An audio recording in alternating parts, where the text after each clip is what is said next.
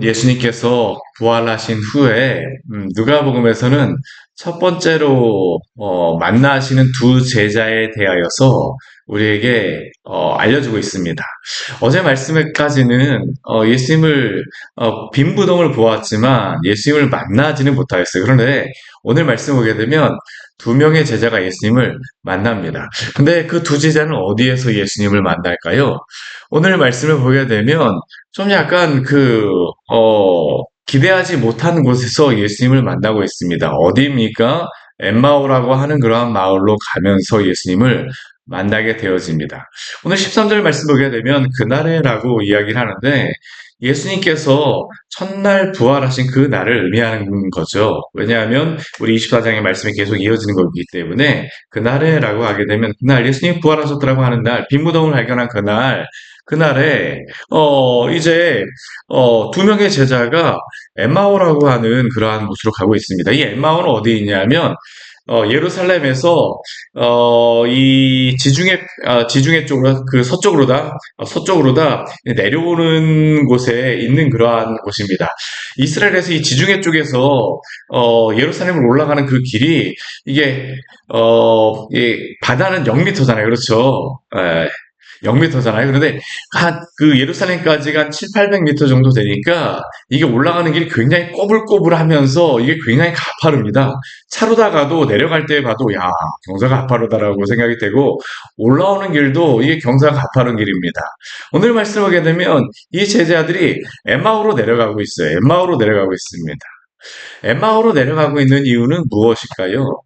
뭐 여기서 분명하게 이야기하고 있지는 않지만 이들의 신앙이 내려가고 있다라는 겁니다. 내려가고 있다라는 거예요. 우리 요나 말씀 같은 경우에도 배로 다 내려가고 내려가는 그러한 건데 이 사람들도 엠마오로 내려가고 있습니다. 예수님 만약 예루살렘에 계셨다라고 하게 되면 이들이 내려갔을까요? 내려가지 않았을 겁니다. 그렇죠? 근데 이들이 지금 엠마오로 내려가고 있다라고 하는 것은 예수님이 내려가신 것 때문에 예수님이 그 돌아가신다라고 생각했기 때문에 이들은 엠마오로 내려가고 있습니다. 신앙에 내려가고 있는 그러한 모습이죠. 이들의 그러한 모습은 어떠한 모습입니까? 슬픈 모습입니다. 우리 17절 말씀에 보게 되면 예수님께서 이들과 만나셨음에도 불구하고 이 사람들은 슬픈 빛을 띠고 그 예수님과 말을 하고 있습니다. 슬픔을 가지고 내려가고 있는 이 사람들 서로 이야기합니다. 어떤 이야기를 했겠습니까? 예루살렘에서 일어난 그러한 일들을 이야기하고 있죠. 근데 그렇게 그들이 이야기하고 있는 중에 예수님께서 이들과 동행하십니다. 이 내려가는 그러한 길이 많지는 않습니다. 이 계곡으로 다 내려가는 길들이 오늘날에도 이스라엘에서 이 지중해 쪽으로 내려가는 길이 만들어진 그런 몇 군데의 길이 있거든요. 근데 그 길 가운데 하나였기 때문에 뭐 지나가던 한 사람과 같이 만났다라고 이 사람들은 생각했을 것입니다. 근데 이들이 예수님과 동행하고 있음에도 불구하고 참 재미있는 것이 예수님을 알아보지를 못합니다. 알아보질 못해요. 왜 이들이 예수님을 못 알아보냐라고 이야기하게 되면 우리 16절 말씀에 보게 되면 이렇게 말씀합니다. 우리 같이 한번 읽어볼까요? 그들의 눈이 가리워져서 그인 줄 알아보지 못하거늘. 왜 예수님을 못 알아본다라고 합니까? 눈이 가리워졌기 때문입니다. 눈이 가리워졌기 때문이에요.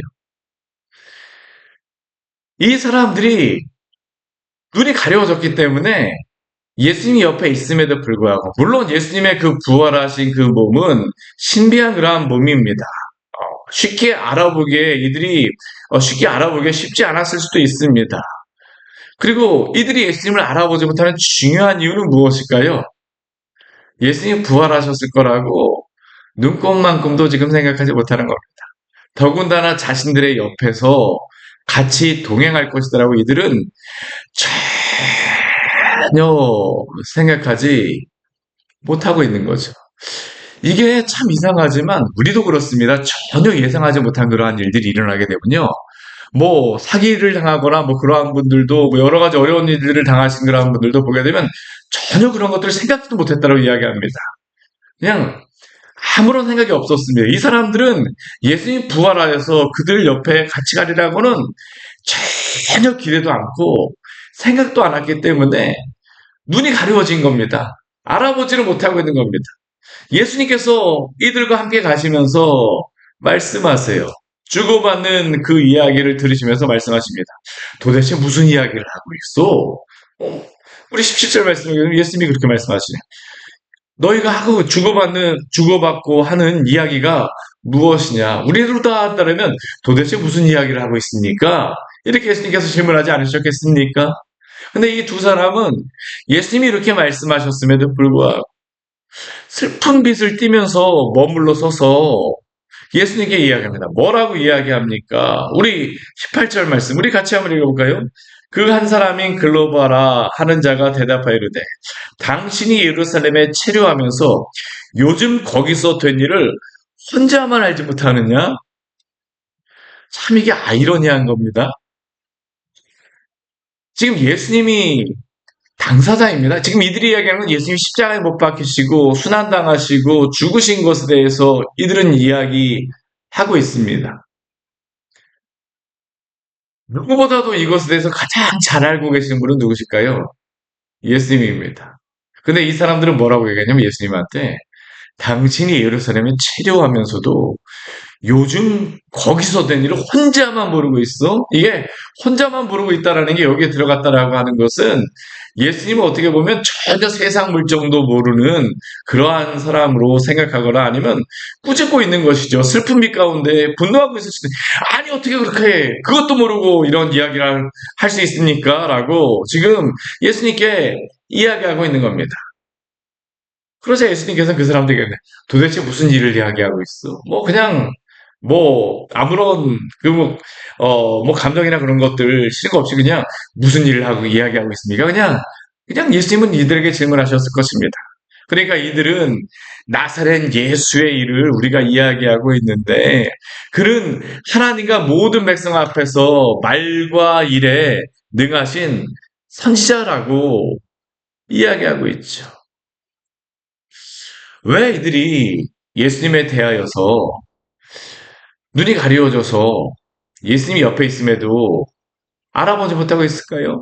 오늘 19절 말씀에 오게 되면 저는 이게 중요한 그런 부분이라고 생각합니다. 능하신 선지자이거늘.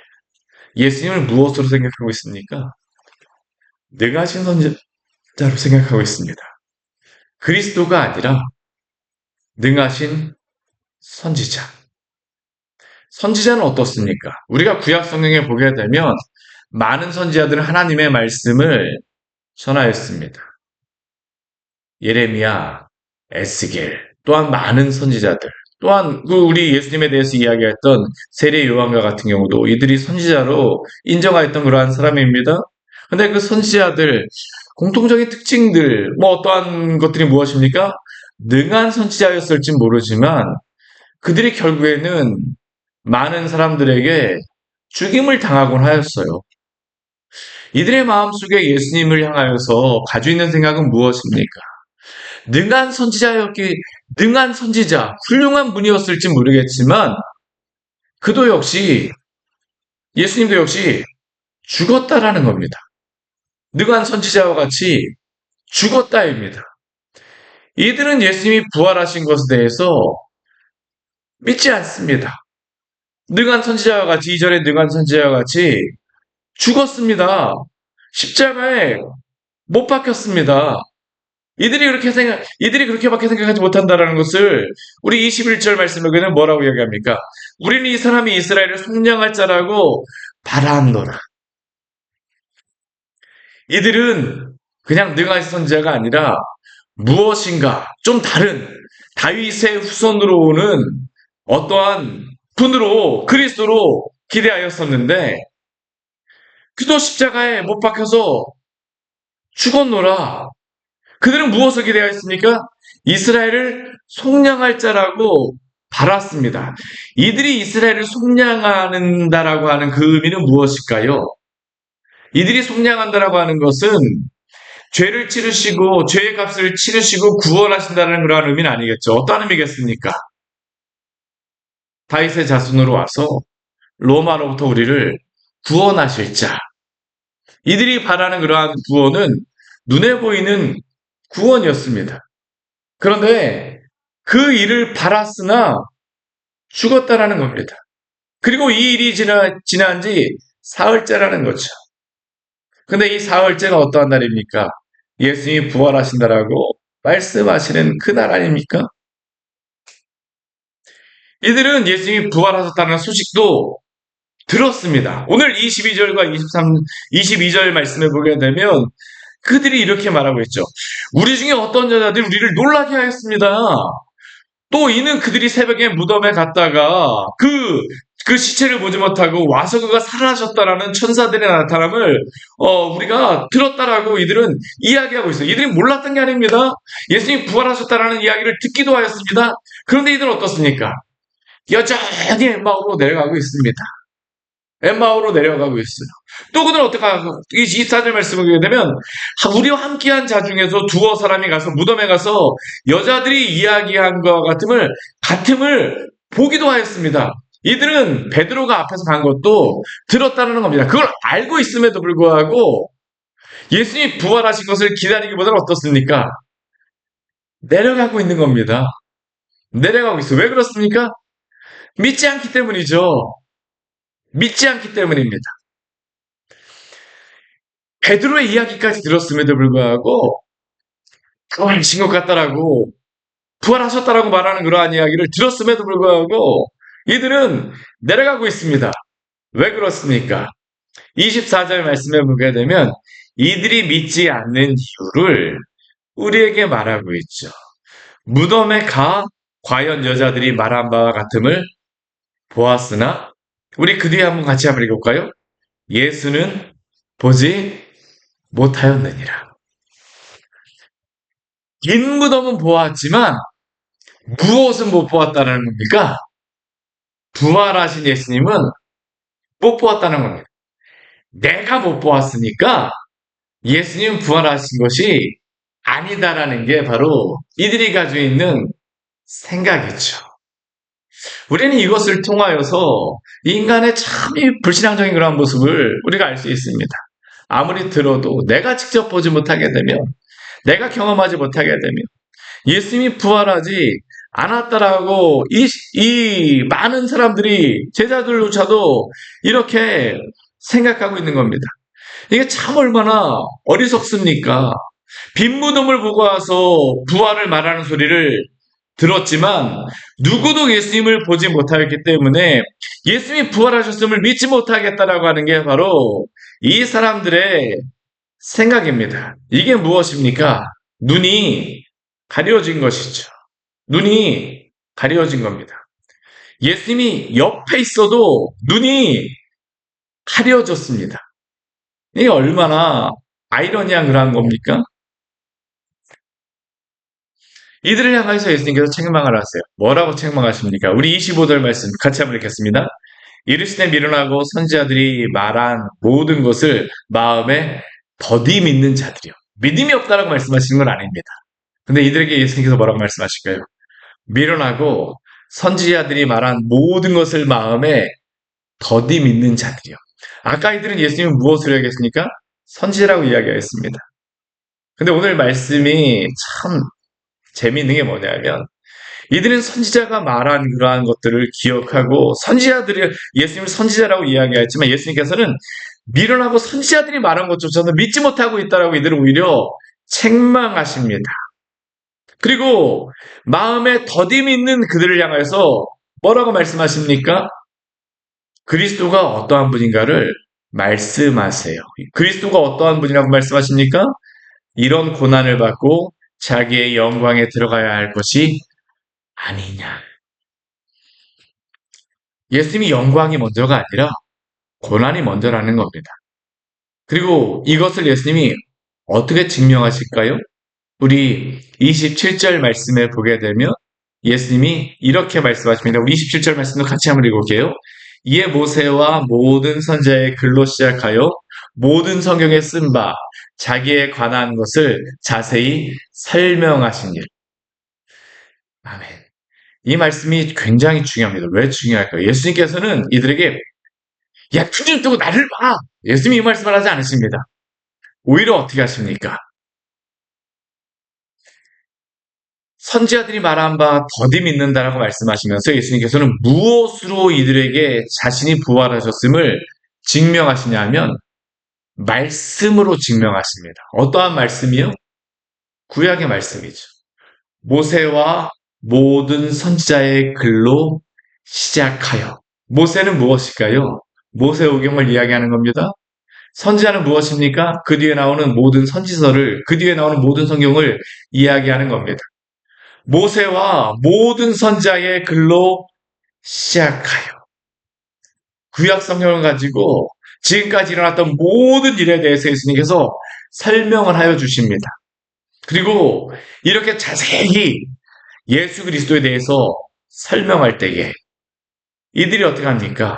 우리 31절 말씀해 보게 되면 그들에게 일어나는 현상을 이렇게 말하죠. 그들의 눈이 밝아져 그인 줄 알아보던. 결국 이들이 예수님을 알아보았던 것은 무엇입니까? 말씀을 통하여서 그들의 눈이 띄워졌다라는 겁니다. 예수님이 옆에 있어도 알아보지 못하였으나 구약 성경서부터 이 신약 예수님이 함께 하셨던 그 모든 말씀까지 자신에 관하여서 그 쓴 글이라는 것을 다 증명하시고 말씀하시자 이들의 눈이 밝아지고 예수님을 알아보게 된 줄 믿으시기를 바랍니다. 오늘도 그렇습니다. 사실 이들에게 일어나는 것이 무엇일까요? 눈이 밝아진 것입니다. 회심한 것이죠. 예수님을 믿게 되어진 것입니다. 오늘도 예수님을 믿지 않았던 사람에게 어떻게 믿는 일들이 일어납니까? 바로 동일하게 이 사역을 통하였습니다. 모세와 모든 선자의 글, 또한 신약 성경에 기록된 모든 성경, 예수님의 자기에 관한 모든 것이라고 이거 마치면서 말씀하지 않겠습니까? 신구약 성경의 모든 말씀으로 예수 그리스도에 대해서 설명할 때에 우리의 눈이 띄워지고 또한 주님을 알게 되는 줄 믿습니다. 이것을 통해서 오늘도 주님께서는 역사하십니다. 그리고 그들을 예수님 앞에 예수님을 포기 하시죠. 그 말씀이 전해질 때 어떤 일이 있습니까? 우리 32절 말씀을 보게 되면 이들의 반응이 있죠. 우리 32절 말씀 같이 읽겠습니다. 그들이 서로 말하되 길에서 우리에게 말씀하시고 우리에게 성경을 풀어주실 때에 우리 속에서 마음이 뜨겁지 아니하더냐. 말씀이 이 안에서 역사하는 겁니다. 성령께서, 물론 예수님께서 직접 말씀하시면 더 권세가 있었겠죠. 그렇지만 말씀을 들을 때에 성령께서 이들의 눈을 띄워주시고 또한 그 마음을 뜨겁게 해주십니다. 오늘도 그렇습니다. 오늘도 하나님의 말씀이 선포되어질 때에 성령이 우리의 눈을 띄워주시고 우리의 마음을 뜨겁게 하시고 우리로 하여금 주님 앞에 서게 하는 겁니다. 이러한 놀라운 일들이 또한 우리의 교회와 가정과 우리 주변에 일어나기를 원합니다. 오늘도 주님께서는 말씀을 통하여 역사하시죠. 부활하셨음을 예수님께서 다른 것을 통하여서 증명하신 것이 아니라 바로 말씀을 통하여서 증명하시고 보게 하셨습니다. 오늘 이 일 후에 이 사람들의 반응이 변합니다. 우리 한번 말씀 보십시오. 우리 이 33절 말씀 보게 되면 곧 이들이 이것을 깨달았을 때 바로 어떻습니까? 일어나게 됩니다. 예루살렘으로 돌아가게 되어지죠. 이게 바로 예수님을 믿게 되었을 때 일어나는 그러한 현상들 아닙니까? 회심이라는 것은 무엇일까요? 말씀을 통하여 우리의 영혼을 눈을 띄워주시고 성령께서 그것을 통하여 역사하심으로 말미암아 주 앞에 돌아가게 하는 것입니다. 이들에게 일어난 것이 바로 회심의 역사죠. 주 예수 그리스도를 엠마오로 내려가는 것과 같은 죄악의 길로 달려갔던 이들을 다시 변화시켜 주시고 주님께로 나아가게 하시는 것. 오늘 이 이후에 이들을 통하여서 하나님이 어떻게 또한 주님이 어떻게 그 당신의 백성들을 일으키시는가라는 것들을 우리에게 알려주십니다. 예수님은 부활하셨습니다. 오늘도 주님께서는 말씀을 통하여 역사하시는 줄 믿습니다. 이러한 놀라운 일들이 우리의 가정과 우리의 교회에 일어나서 주여 많은 자들이 주께로 돌아오게 하여 주시옵소서. 우리 같이 기도하도록 하겠습니다. 하나님 아버지, 오늘 말씀을 통하여서 우리에게 귀한 은혜를 주니 감사를 드립니다. 슬픈 빛을 띠고 예수님이 죽으셨다라고 생각을 하고 내려갔던 이 엠마오로 내려가는 두 제자들. 예수님이 옆에 있음에도 불구하고 이들은 예수님을 알아보지 못합니다. 예수님의 부활을 믿지 않기 때문 아닙니까? 그러나 주님께서 그 성경의 모든 말씀을 가지고 깨우쳐 주실 때에 이들의 영혼이 살아나고 주님을 알게 되고 또한 주님께로 돌아가게 하셨습니다. 주님, 이러한 놀라운 일들이 오늘 우리의 가정과 우리의 교회에 있게 하여 주시옵소서. 주께서 부활하셨음을 우리가 말씀을 통하여 분명히 보았고 또한 말씀을 통하여 이 영혼들이 살아나게 되는 것들을 보았는데 주님, 부활절이 지나고 난 이후에 많은 열매가 맺혀지게 하여 주시고 주님을 몰랐던 자들이 또한 주님을 떠나서 슬픈 빛을 띠며 살아가는 많은 자들이 주께로 돌아오는 귀한 일들을 할 수 있도록 성령이 역사하여 주시옵소서. 우리를 새롭게 하시고 우리를 살려 주시옵소서. 예수님 이름으로 기도드립니다. 아멘. 오늘 말씀 같이 기억하시면서 기도하며 나가도록 하겠습니다.